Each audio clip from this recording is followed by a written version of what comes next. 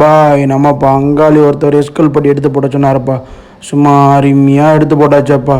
என் மாப்பிள்ள ஒரு சோறு முட்டி ஒக்காளி நான் வந்து இடந்தாடா கல்லுப்பட்டி அப்படின்னு ஜம்முன்னு உள்ள என்ட்ரன்ஸ் ஆனவனப்பா. அப்படியே மைசூர் கீழ் சேர்ற மாதிரி சும்மா அருமையாக அமைப்பாக இருந்துச்சாப்பா. அடான்னு அப்படியே கிளைமேட்டுக்கு தக்கன ஊராப்பா. சும்மா ஜம்முன்னு இருந்துச்சாப்பா. ஒக்காளி அப்படியே திரும்பினா வீட்டுக்கு தென்னை தான். தென்னை மரம், வேப்ப மரம், இளநி மரம், அது இதுன்னு அட்டகாசமாக அற்புதமாக அமைப்பாக இருந்தப்பா. இந்த ஊரில் கடலை நிறையா கிடைக்குன்னு கேள்விப்பட்டிருந்தப்பா. கடலை, தக்காளி, கீரை விவசாயத்துக்கு அருமையான ஊராப்பா.